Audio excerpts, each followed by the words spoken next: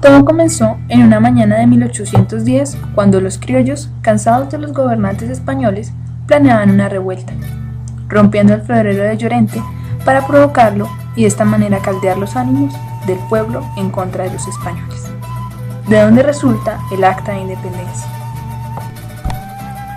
Después de ser declarada la independencia, surgieron conflictos internos al no poderse organizar como gobierno. Luego de esto viene la reconquista de España hacia la nueva Gran Colombia, dirigida por Pablo Murillo. Finalmente, en 1819, tras la batalla del Pantano de Vargas y el puente de Boyacá, le dio expulsión al dominio español y el control definitivo de Santa Fe. La liberación de Caracas, Popayán y Santa Marta en 1821 abre las puertas a la primera constitución, la Constitución de Cúcuta, con la cual se crea la Gran Colombia y se aprueba la Ley de Libertad de Vientres. Pero la Gran Colombia se derrumbó pronto en 1828 con los choques por Simón Bolívar y Francisco de Paula Santander, por lo cual llegaron a la separación de Venezuela y Ecuador.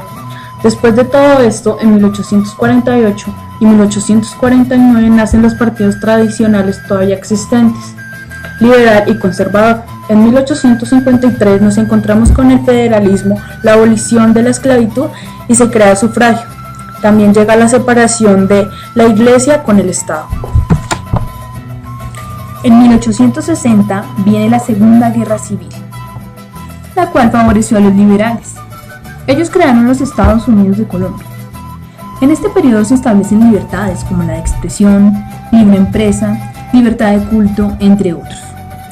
Después de un tiempo, vinieron los choques entre los liberales, lo cual fortaleció a los conservadores, como a Rafael Núñez, que en su segundo periodo de mandato convocó una asamblea constituyente, la cual proclamó la Constitución de 1886, creando una nueva época de política en Colombia, llamada la Regeneración.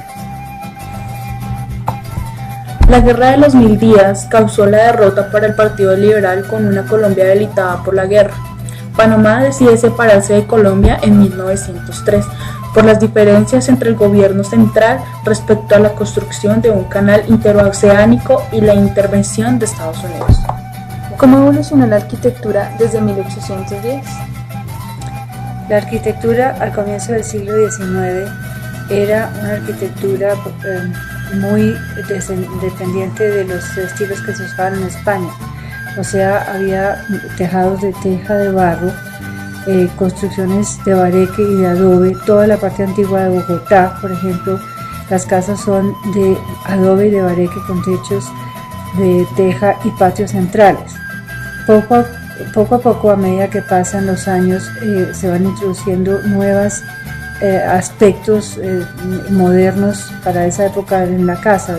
Por ejemplo, el hecho de que hubiera un cuarto separado para el baño no sucedió sino hasta mediados del siglo XIX o finales del siglo XIX. Para hacer sus necesidades la gente salía a un solar, a un patio atrás, y que más tarde se hicieron cuarticos especiales que se llamaban letrinas, y para bañarse se utilizaban unos jarras con agua o unos platones con unos mueblecitos especiales en el cuarto donde la gente se podía lavar la cara y las manos.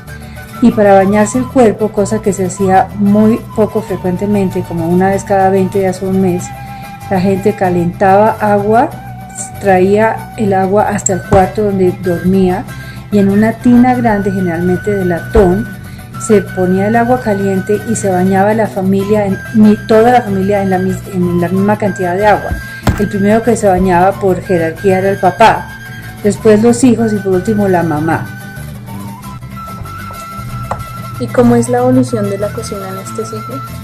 Al principio del siglo había en las casas grandes de la ciudad, había un cuarto donde había un fogón de leña. En las casas del campo era prácticamente dentro del mismo espacio, estaba la parte de habitaciones y el fogón de leña, todo en un solo recinto. No había ni siquiera una salida para el humo por el tejado. Entonces era una cantidad de humo y de oscuridad espantosa. Poco a poco se fue creando un cuarto especial para la cocina, y una de las cosas, digamos, que avanzó y que fue más cómodo para el ama de casa era la hechura de un mueble especial de ladrillo con parrilla de hierro colado, que eran estufas que se podían calentar con leña o con carbón. Y esas estufas también tenían un sistema por el cual había un calentador de agua, que se llenaba de agua el calentador. Eso ya fue cuando hubo una tubería de hierro o de galvanizada para conducir el agua por diferentes partes de la casa. ¿Y existía el agua corriente?